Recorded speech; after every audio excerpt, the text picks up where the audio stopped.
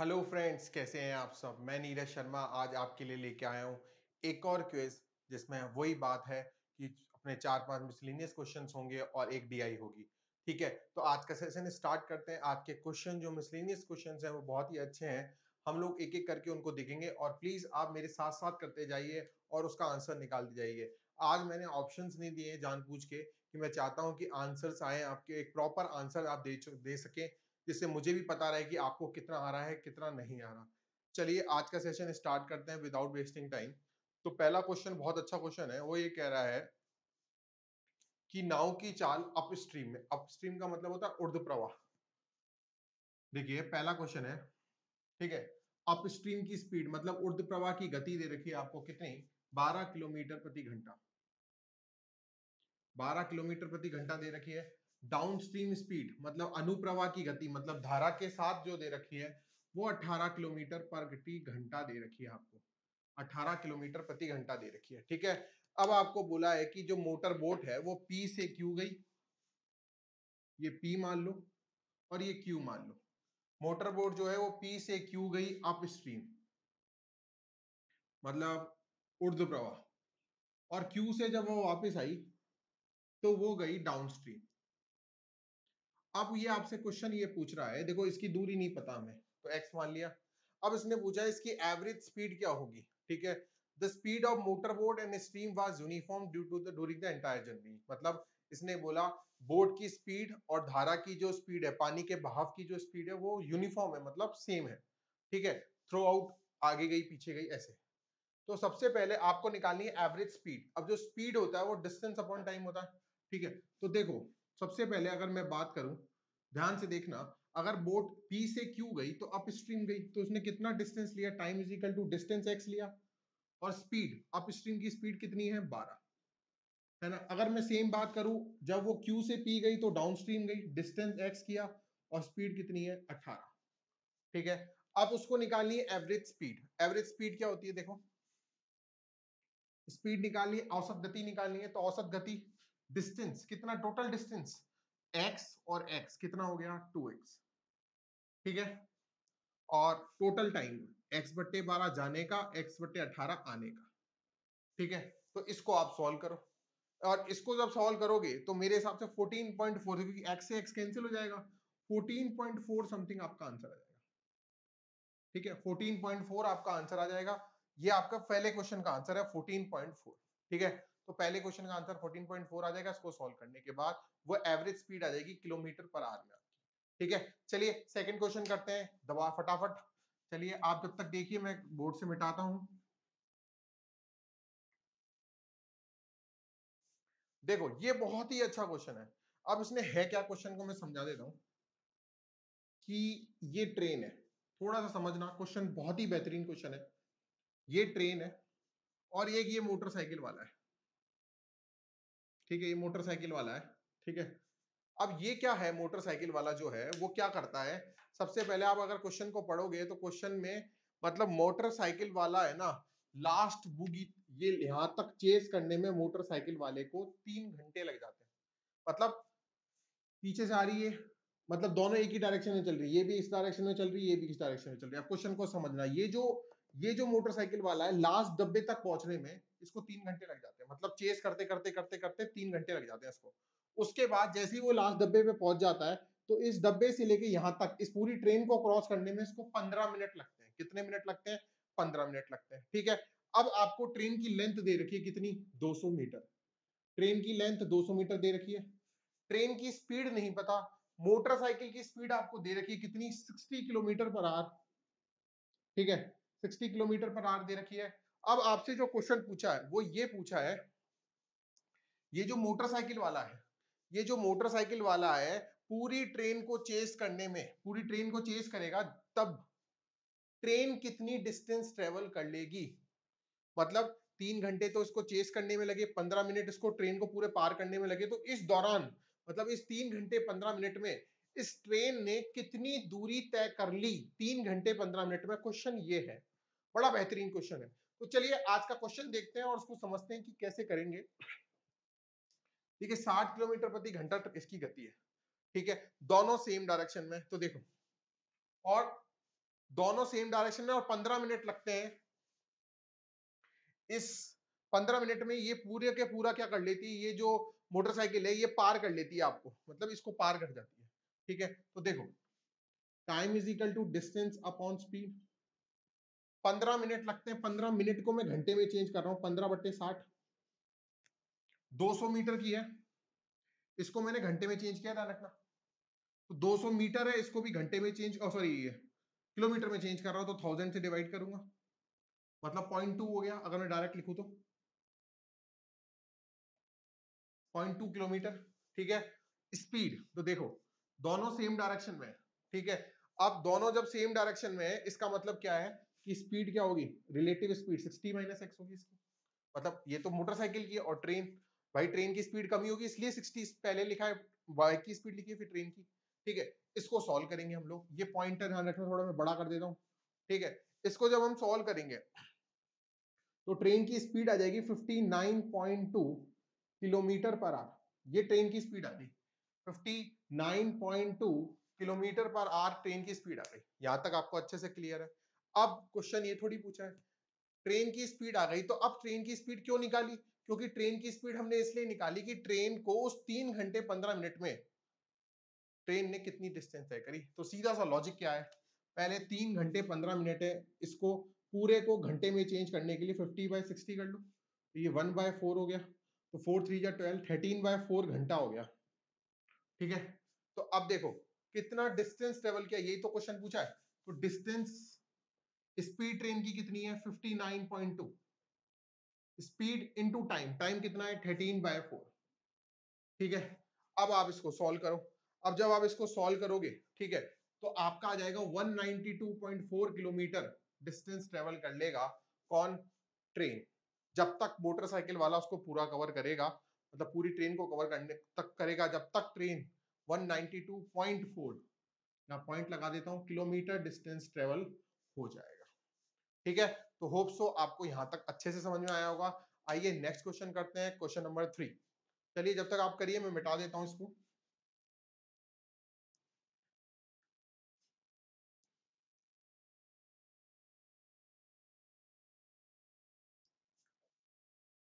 देखिए 5 गुना राहुल की एज का, मैं लिख देता हूं क्वेश्चन नंबर 3। देखिए क्वेश्चन अच्छे अच्छे हैं, साथ देना चाहिए आपको, मतलब साथ एक एक मेरे साथ साथ करो तभी क्वेश्चन का मजा आएगा आपको। 5 गुना राहुल की एज का, राहुल की एज का 3 गुना रॉकी की एज का, 3 गुना रॉकी की एज का बराबर है। अब देखो राहुल और रॉकी की एज का रेशो आ गया आपका 3/5, मतलब 3x और 5x। 3x राहुल की एज आई, रॉकी की 5 आई। रॉकी की जो पत्नी है उससे 5 साल छोटी है, तो देखो रॉकी वाइफ उससे 5 साल छोटी, देखो रॉकी की 5x है, उसमें 5 कम कर दो। अब इसने क्या बोला, 5 साल पहले राहुल और रॉकी की वाइफ की एज का रेशो 2:3 है। देखो 5 साल पहले, अभी एज राहुल की 3x है, तो 5 साल पहले कितनी होगी 3x - 5। और राहुल रॉकी की वाइफ देखो 5x - 5 है, और 5 साल पहले करा तो -5 - 5 कितना हो गया 10। इन दोनों की जो एज का रेशियो 2:3 है। ठीक है, अब इसको आप सॉल्व कर लो, 9x - 15, 10x - 20, इससे x की वैल्यू 5 आई, 5 आ गई। अब तीनों की एज का एवरेज पूछा है आपसे, तो देखिए अब आप इसमें रख दो, तो देखो एवरेज जो निकलेगा 5 3 15, 5 5 25, और 5 5 25 - 5 20,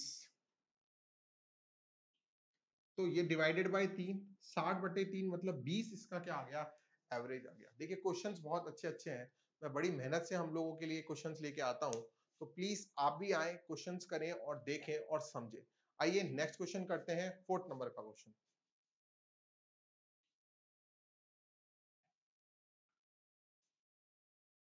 देखिए 4th नंबर का क्वेश्चन ये कहता है कि देखो SI CI का 2 साल का जब डिफरेंस है, तो डायरेक्ट एक आपको टीचर्स कराते होंगे कि SI CI का डिफरेंस होता है PR² अपॉन 100 स्क्वायर, ये 2 साल का होता है। अगर मैं डायरेक्ट करना चाहूं तो देखो CISI का डिफरेंस आपको दे रखा है 8100, ठीक है। प्रिंसिपल पता नहीं है आपको, रेट शायद 18 दे रखी है, तो 18 इंटू 18 324 हो गया, और ये हो गया 100 इंटू 100, ठीक है। अब ये 100 इंटू 100 हो गया, इसको आप सॉल्व करेंगे, जब आप इसको सॉल्व करेंगे तो 2,25,000 आपका आ जाएगा, 2,50,000 सॉरी, ये आ गया आपका 2,50,000 आपका आ गया। अब आपसे क्वेश्चन क्या बोला है वो देखो, ये पैसा वो 18% पर एनम के हिसाब से SI पे लगाता है 5 साल के लिए। तो जब 5 साल के लिए लगाता है तो 18 पंजे 90%, 90% ब्याज बन गया। तो आप देखो 90% ब्याज बन गया, तो अगर मैं ब्याज निकालना चाहूं तो 2.5 लाख का 90% निकाल लो डायरेक्ट, तो आ जाएगा 2 लाख समथिंग, इतना आ गया ब्याज इसका। अब टोटल अमाउंट कितना बना वो पूछा है, तो आप क्या करोगे, इन दोनों को आप क्या कर दोगे, ऐड कर दोगे। तो ऐड करने के बाद टोटल अमाउंट कितना बना, तो आप वो आप जोड़ लो। देखो 3.5 लाख, 4.5 लाख और 25,000, 4,75,000, ये आपका अमाउंट बन जाएगा। कितना बन जाएगा, 4 लाख, मतलब 4.75 लैक्स कह लो या 4,75,000 कह लो, ये आपका अमाउंट बनेगा, ठीक है। चलिए क्वेश्चन समझ में आ गया होगा, ठीक है। अब हम डायरेक्ट DI पे आते हैं और DI को समझते हैं। तो देखिए आपके सामने DI है, बड़ी बेसिक DI ली है, हो सकता है आपके क्लर्क के अंदर आ जाए। देखिए कुछ क्वेश्चन पीओ के, कुछ क्लर्क के, ठीक है। तो ये आपके सामने DI है, तो इसमें देखो 2012 से लेके, पहला क्वेश्चन है 2012, देखो following table show the total number of peoples in thousands joining in 4 different forces different years. मतलब डिफरेंट डिफरेंट ईयर्स में ये 4 टाइप की जो हमारी फोर्सेस होती हैं, आर्मी, नेवी, एयरफोर्स, BSF, इसमें लोगों ने ज्वाइन किया है। अब आप इसको 5.4 नहीं समझेंगे, इसको समझेंगे 5.4 इंटू 1000, मतलब 5400 समझेंगे। क्या समझेंगे, 5400। ऐसे नेवी में अगर मैं बात करूं 2012 के अंदर, तो 2.6 डेटा दे रखा है, तो 2.6 ना समझ के इसको 2600 समझेंगे, क्योंकि ये जो चीज है डेसिमल में है, और ऊपर लिखा हुआ है जो जो पीपल्स हैं वो 1000 की फॉर्म में है, 1000 की फॉर्म में, ठीक है। अब इसने देखो क्या बोला है, 6 नंबर का क्वेश्चन पढ़ते हैं हम लोग। तो 6 नंबर का क्वेश्चन ये कह रहा है कि 2013 में टोटल जितने भी लोग हैं, तो 2013 में कितने लोग हैं, 6.2, 2.4, ठीक है, और 1.6 और 5.6, ठीक है। तो इनको जोड़ लो, 6 6 12 16 18, 18 1 7 और 2 9 10 15, 15.8 इंटू 1000 करोगे, ठीक है, ठीक है। चलो ये हो गया। अब आती है 2015 में, 2015 में जो ज्वाइनिंग है, तो 6.63, देखो डायरेक्ट जोड़ लेते हैं, 6.6, 3.2, 2.2 और 6.2, ठीक है। तो देखो 6 और 4 10 और 2 12, 7 और 3 10, 10 18, 18.2। अब इसने क्वेश्चन ये बोला है 2013 में अप्रोक्सीमेटली कितना प्रतिशत है total number of the people 2015 में। देखो बिल्कुल बेसिक सा क्वेश्चन पूछा है आपसे, तो देखो इसको आप पॉइंट में मतलब 1000 में चेंज कर लो, 15.8 को करोगे तो 15,800 हो गया, ठीक है, 15,800, ठीक है। और ये 18.2 है, तो ये हो गया 18,200 इंटू 100। तो देखो ये तो कट जाएंगे, तो 19 पॉइंट। अब देखो एक बात है, देखो अब इसको थोड़ा समझो, 182 है, ये है 158। तो देखो आपको मतलब एक आप 18 मान के चलो, तो 18 इंटू 8 कितना होता है, 144 होता है, और 18 इंटू क्या कहेंगे हम लोग 9 कहें तो 162 होता है, ठीक है। तो 87 पॉइंट मतलब 8 के समथिंग आंसर होगा। तो ऑप्शन में देखो है क्या, तो आप देखोगे सी ऑप्शन है, तो सी ऑप्शन 87 एक ही ऑप्शन था, तो आंसर डायरेक्ट आ गया 87%। देखिए कैलकुलेशन को ऐसे बचाना है, ठीक है। तो देखिए चलो ये पहला क्वेश्चन हो गया, नेक्स्ट करते हैं। चलो इसका नेक्स्ट क्वेश्चन करिए आप लोग, नेक्स्ट क्वेश्चन करिए। Find the difference between the total people join in army to the air force. Army और एयरफोर्स को डायरेक्ट कर लो, तो आपको जोड़ना है डायरेक्ट। तो देखो मैं तो टीचर टू टीचर समझा रहा हूं आपको, लेकिन आप डायरेक्ट जोड़ सकते हो। आर्मी के पीपल जोड़ लो, ठीक है, जोड़ो। 6 14 20 24, 7 6 13, 13 और 4 17, 17 और 6 23, 23 23 और 7 30, 37, 37.4 हो गया। ऐसी अब देखो आर्मी हो गया, ऐसी इसने बोला है कि एयरफोर्स के लोग जोड़ो, तो जब आप एयरफोर्स के जोड़ोगे तो देखो आपका आ जाएगा 11.9। अब 11.9 कैसे, डायरेक्ट आप जोड़ लो एयरफोर्स के, देखो 8 और 6 14, 14 और 9 ऐसे जोड़ दोगे तो 11.9 आ जाएगा। तो अगेन अब आपसे क्वेश्चन पूछा इनका डिफरेंस, तो आप इनका डिफरेंस कर लो। 14 में से 9 गया 5, 6 में से 1 गया 5, देखो 0.5 समथिंग कोई आंसर है। 5 देखो 5 2 5 तो एक ही ऑप्शन दिख रहा है, कौन सा, ए नंबर का, तो एक हो गया। मैं कैलकुलेशन नहीं करता, सिर्फ बता रहा हूं आपको, मैं पूरा भी सॉल्व कर सकता, हालांकि इसका आ जाएगा 25.5, लेकिन मैं कर नहीं रहा, जितना हो रहा है उससे कैलकुलेशन से आंसर निकाल रहा हूं। चलिए नेक्स्ट करते हैं 8 नंबर का।